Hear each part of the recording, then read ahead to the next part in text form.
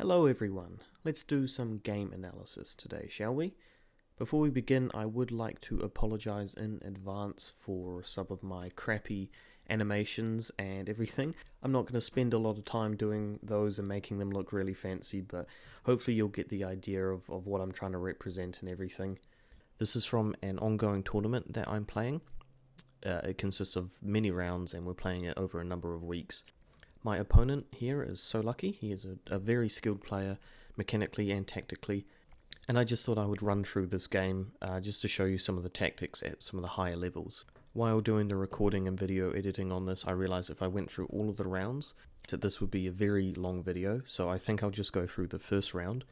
The reason being is, is not just because I win the round, but because there's a few tactics that I want to run over with you guys, and we also go into overtime. So as far as tactics go, first things first, dodge that yellow barrier that's coming at my face, and I'm going for the double health pack denial. This requires quite a lot of precise movement with the bunny hopping. I'm not the best at bunny hopping, and so it was a little bit slow, but if we just pause it here and we can check out the map, you can see on the map the blue line where my character ran. So I took both of his health packs, and what this effectively means is that there is a time limit for when his health packs will disappear. This creates a bit of pressure for him to use those health packs before my number one gets them, because remember, no matter what he does, when he kills my number one, those health packs are gone by the end of the round, whether he chooses to use them or not. And the advantage that this gives me is that I have both of my health packs on my side to retreat to at any point. It is common for both players to use this tactic, and you'll find that at the end of the third loop there's no health packs on the map at all, and death is final. So obviously the advantage if you use this tactic and your opponent doesn't is you have two health packs on your own side for you to retreat to at any point.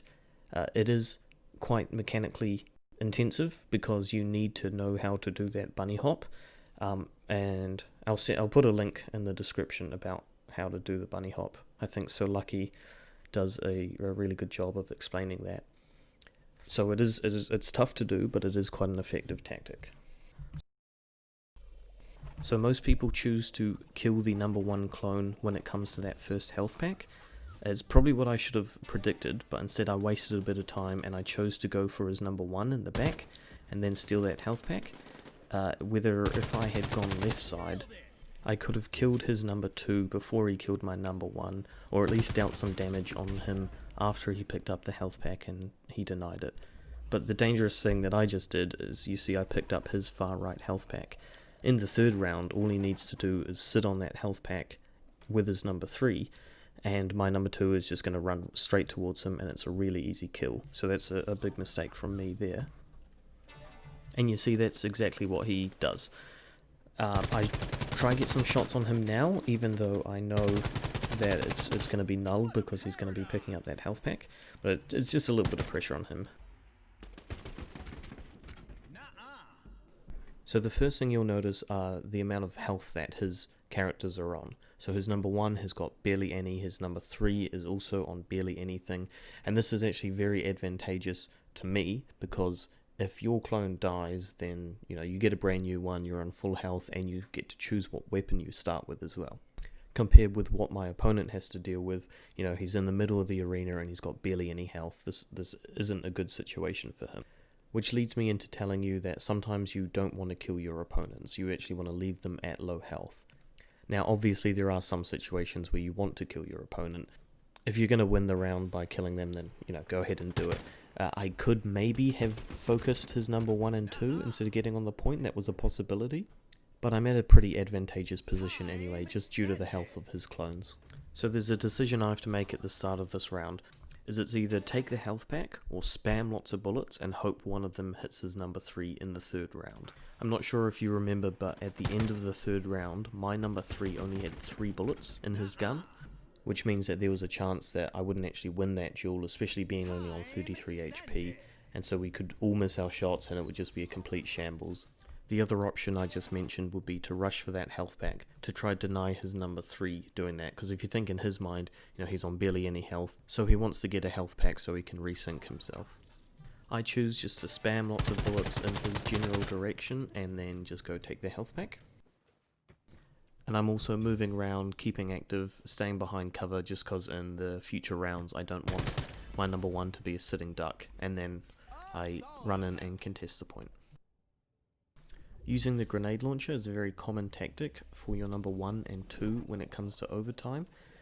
Just because the grenades are flying everywhere, you've got a chance to hit your opponent who's in the middle. It's actually a really good strategy, and just to spam them everywhere, and then of course in the last couple seconds you want to jump on point. But I get a little bit distracted because I forgot his number 2 would obviously have been going for that health pack.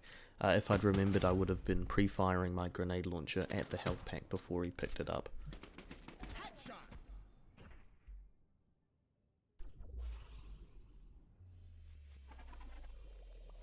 And here comes the glorious 3rd round. Let's see how this one plays out, shall we?